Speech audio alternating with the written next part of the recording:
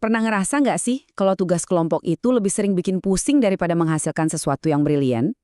Nah, di sini kita bakal lihat gimana caranya gabungin metode ngajar yang udah ada dari dulu sama teknologi AI canggih buat ngubah total pengalaman kerja kelompok. Yuk, kita mulai. Kita semua pasti pernah ngalamin kan, pembagian kerja yang nggak adil. Ada satu orang yang dominan banget, sementara yang lain cuma, ya, numpang nama. Pengalaman kayak gini tuh umum banget. Sampai-sampai tugas kelompok sering jadi momok yang ditakuti. Padahal ya, tugas kelompok itu kan tujuannya buat melatih skill yang paling dibutuhin di dunia kerja. Bisa kerja bareng, mecahin masalah, dan mikir kritis. Jadi masalahnya tuh bukan di tujuannya, tapi seringkali di cara pelaksanaannya yang kurang pas. Oke, bagian pertama. Kita bahas kenapa di zaman sekarang ini, kemampuan buat berpikir itu jauh lebih berharga daripada cuma sekedar hafal mati semua fakta di buku. Tujuan pendidikan modern itu bukan buat nyetak kamus berjalan, tapi untuk ngebentuk orang-orang yang siap menghadapi tantangan di dunia nyata. Dan coba deh pikirin, di dunia nyata hampir nggak ada masalah besar yang bisa diselesain sendirian. Makanya, model belajar bareng yang efektif itu jadi penting banget. Lanjut ke bagian kedua, belajar dalam tim. Sekarang, kita kenalan yuk sama salah satu model belajar yang paling oke buat ngasah skill-skill modern ini. Namanya Group Investigation.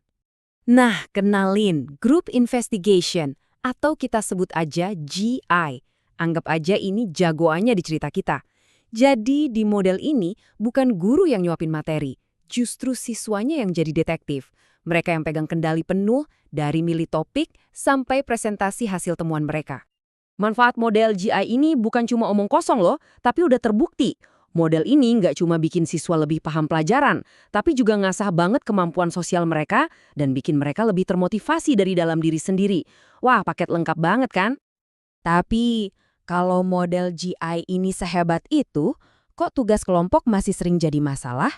Nah, disinilah ceritanya jadi makin menarik dan kita masuk ke inti masalahnya. Slide ini ngegamarin banget deh apa yang sering terjadi.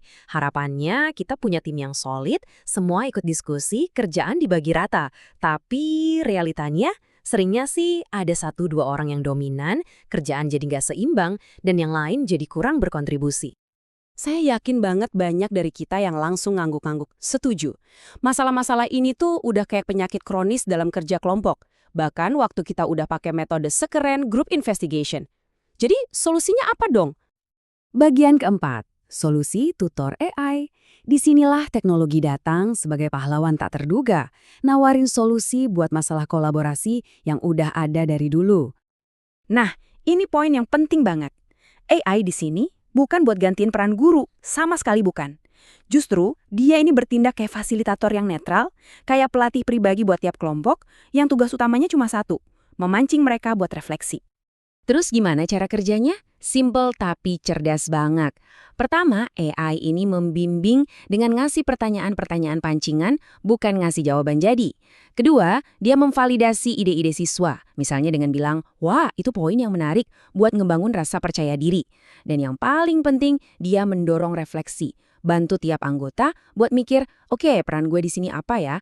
Gimana caranya gue bisa berkontribusi lebih baik?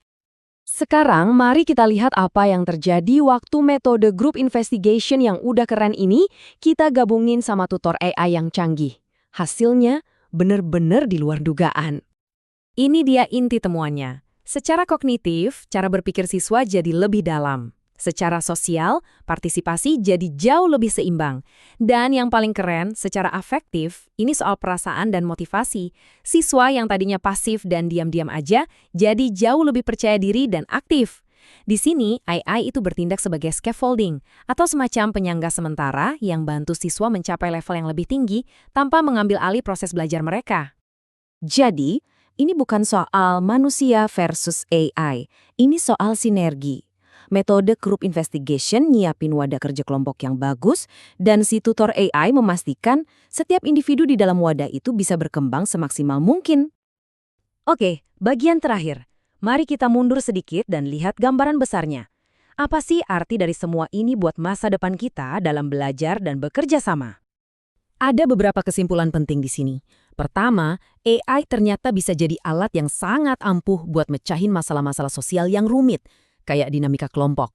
Kedua, ini bukti kalau peran teknologi di pendidikan itu buat meningkatkan proses belajar, bukan cuma jadi mesin penyampai informasi. Dan ketiga, kombinasi ini benar-benar ngasah skill yang paling kita butuhin buat masa depan. Pada akhirnya, penelitian ini ninggalin kita dengan satu pertanyaan yang cukup provokatif. Gimana kalau rekan terbaik untuk kolaborasi manusia di masa depan ternyata bukan manusia? Sebuah pemikiran yang menarik yang membuka kemungkinan-kemungkinan baru tentang masa depan kerja tim, pendidikan, dan inovasi.